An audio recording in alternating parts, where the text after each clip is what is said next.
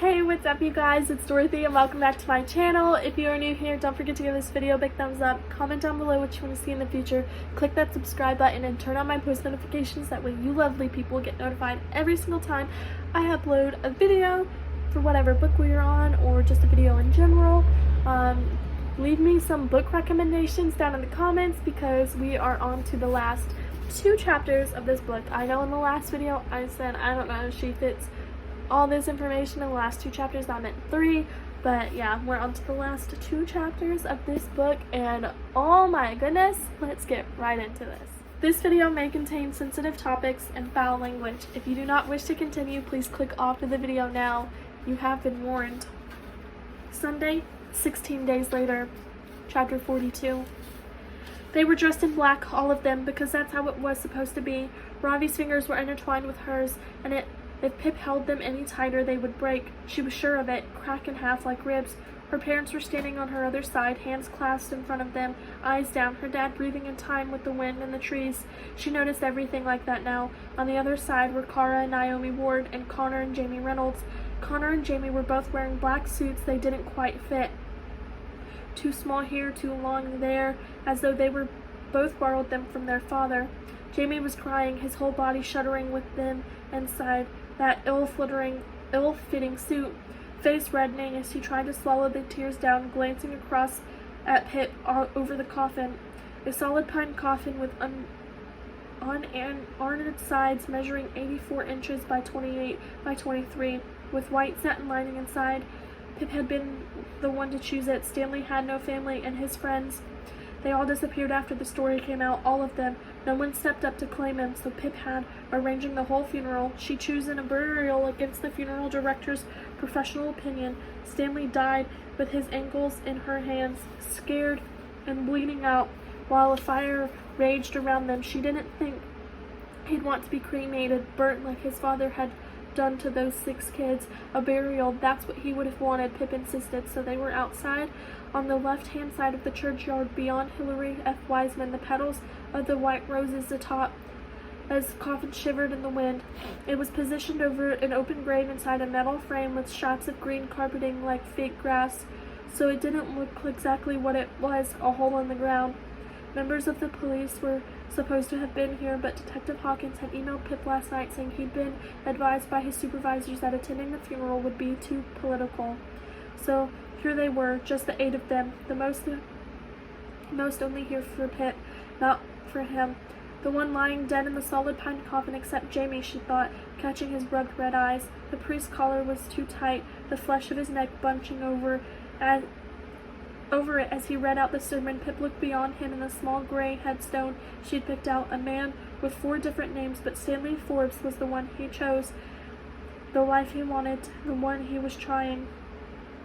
So that was the name engraved over him forever. Stanley Forbes, June 7th, 1990 to May 1st, 2020. You were better. And before we say our final prayer, Pip, you wanted to say a few words? The sound of her name caught her off guard, and she winced, her heart spiking, and suddenly her hands were wet, but it didn't feel like sweat. It was blood. It was blood. Pip, Ravi whispered to her, giving her fingers a gentle squeeze. And no, there was no blood. She only imagined it.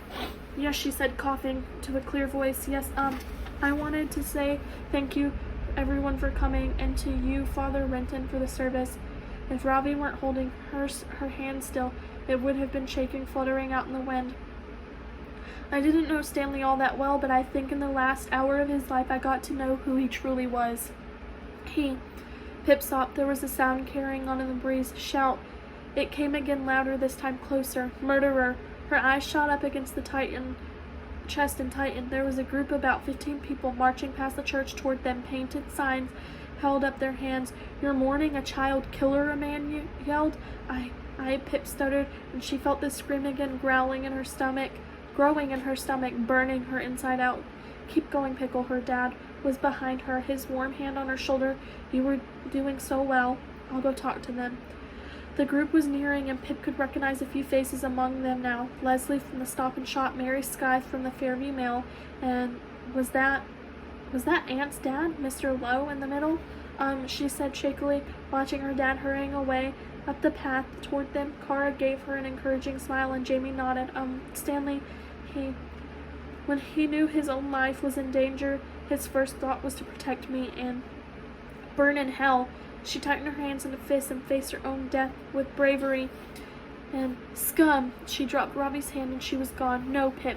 Robbie tried to hold on to her, but she slipped out of his grasp anyway, pounding up the grass. Her mom was calling her name, but that wasn't her right now. Her teeth bared and she flew down the pathway, her black dress flailing behind her knees, and she took on the wind. Her eyes flickered across the signs painted in dripping red letters: Killer Spawn, Monster of Fairview, and Charlie Green equals hero, Child of Brunswick, rot in hell, not in our town. Her dad looked back and tried to catch her as she passed, but she was too fast, and that burning inside her too strong. She collided into the group, shoving Leslie hard, her cardboard sign clattering to the ground. He's dead, she screamed at all of them, pushing them back. Leave him alone. He's dead. He shouldn't be buried here. This is our town, Mary said, pushing her sign toward Pip, blocking her sight. He was your friend, Pip snatched the sign out of Mary's hands. He was your friend, she roared, bringing the poster board down with all of the strength against her knee. It broke cleanly in two when she threw the pieces at Mary. Leave him alone. She stared down at Mr. Lowe, who flinched away from her, but she didn't make it. Her dad had grabbed her from behind, pulled her arms back. Pip reeled up against him, her feet kicking out toward them, but they were all backing away from her, something new on their faces, fear maybe, as she was dragged away.